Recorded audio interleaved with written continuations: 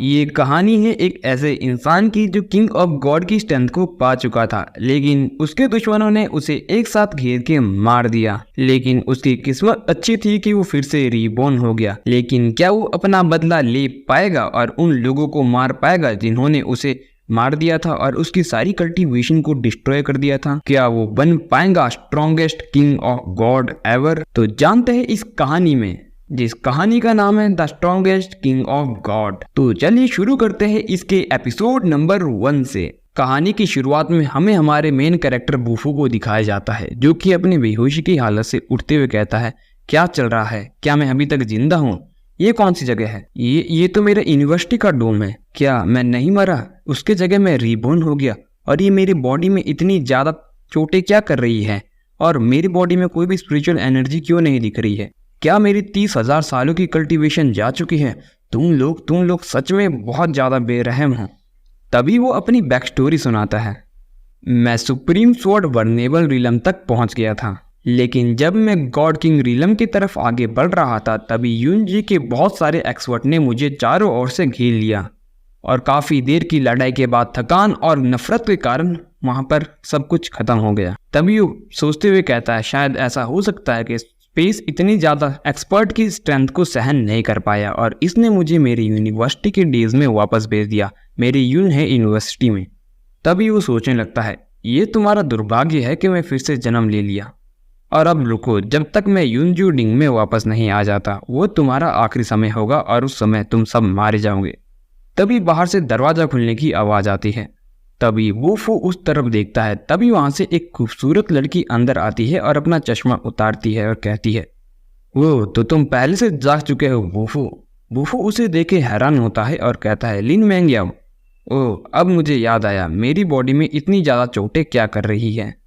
तभी वो लड़की वूफू से कहती है, अब जबकि हमारा ब्रेकअप हो चुका है तो मैं ये सब चीज़ें तुम्हें वापस कर रही हूँ। तभी अपना बैग और मोबाइल वूफू की तरफ फेंकती है। तभी वूफू को कुछ याद आता है और वो सोचने लगता है, अच्छा तो अब मुझे पता लग गया मुझे ये सारी चोटें क्यों लगी है। ऐसा इसलिए हुआ क्योंकि मैं लिन मैंग्याओ से पूछने गया था उसने मेरे साथ ब्रेकअप क्यों किया, लेकिन मुझे वहाँ पर बहुत सारे लोगों के सामने अपमानित किया गया और मैंने ही टियानहाओ को भी वहाँ पर नाराज़ कर दिया। तभी ही टियानहाओ बोलता है, मैं इस बच्चे को अच्छे से जानता हूँ, इसका पिता मेरी पापा की कंपनी में काम करता है। तभी वूफू उदास होते हुए सोचता है, क्योंकि मैंने ही टियानहाओ को ऑफेंड किया था तो मेरे पिता को डायरेक्टली कंपनी से निकाल दिया गया। तभी वूफू उस लड़की से कहता है, क्या तुम्हें कुछ और चीज़ चाहिए? तभी वो लड़की गुस्से में कहती है, वूफू तुम्हारी हिम्मत कैसे हुई ही टियानहाओ को नाराज़ करने की? वो भी तब जब तुम इतने ज़्यादा कमज़ोर हो। देखो तुम एक बार खुद को शीशे में।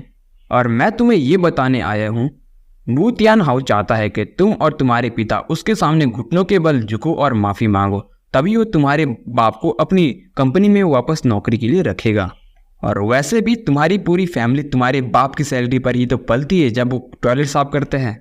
तभी अपना मेन हीरो वूफू सीरियस होते हुए कहता है, लिन मैंग्याओ, मैंने शायद तुम्हें उस समय पसंद किया होगा और क्योंकि तुम्हारा अभी भी मेरे ऊपर कुछ इम्प्रेशन है और कुछ फीलिंग है उस समय की, तो दुर्भाग्य से अभी यहाँ से चली जाओ।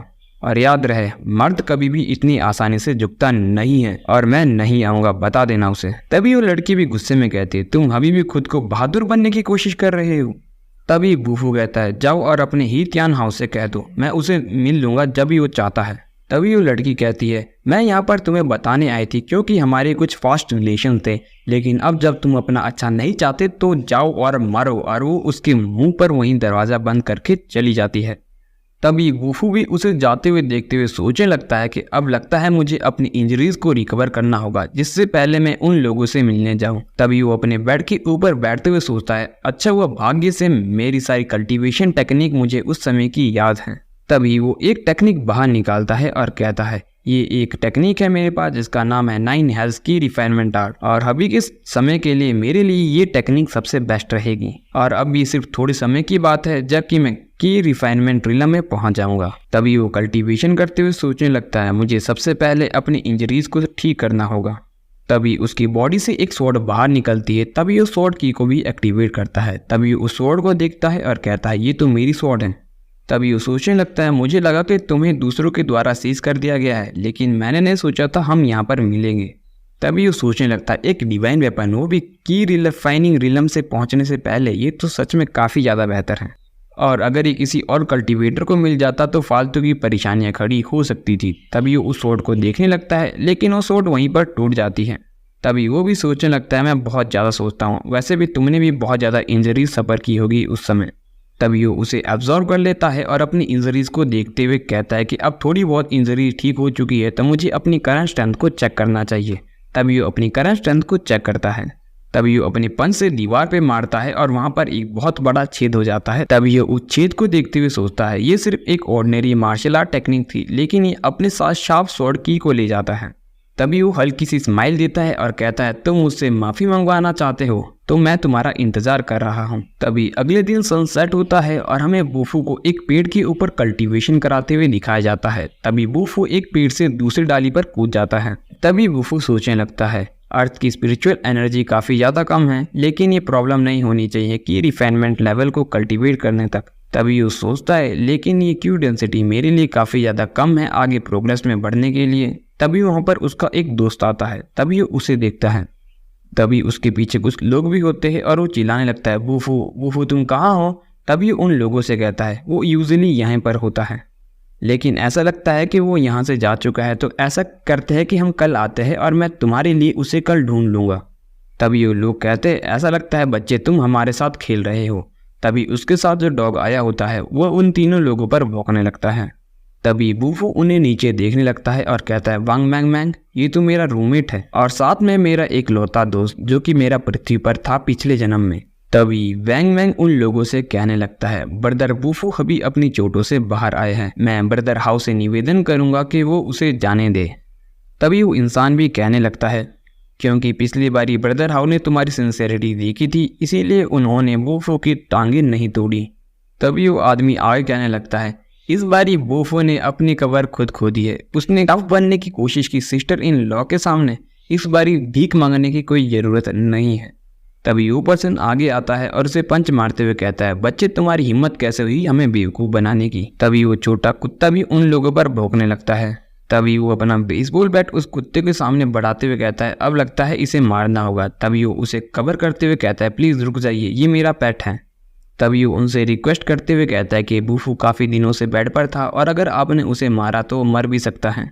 तभी वो पर्सन उससे गुस्से में कहता है तो तुमने सच में हमें बेवकूफ़ बनाया ताकि हम इधर आए, इसे मारो। तभी एक पर्सन उसकी तरफ मारने के लिए आगे बढ़ता है। तभी बूफू वहां पर आकर उसका हाथ पकड़ लेता है। तभी वो बूफू को गुस्से में देखता है, लेकिन बूफू उसका हाथ वहीं पे मोड़कर उसे एक लात मारता है और बूफू की एक लात पड़ते ही वो आदमी सीधा पीछे जाकर गिरता है और ये एपिसोड यहीं पर ख़त्म हो जाता है। तो गाइज आपको ये कहानी कैसी लगी? मुझे तो ये कहानी ज़बरदस्त लगी और अगर आप इसका अगला पार्ट देखना चाहते हो तो कमेंट में नेक्स्ट पार्ट लिख दीजिए, मैं 5-6 पार्ट इसके एक साथ ले आऊँगा। बाकी मिलते हैं अगले एपिसोड में, तब तक के लिए टाटा, टेक केयर एंड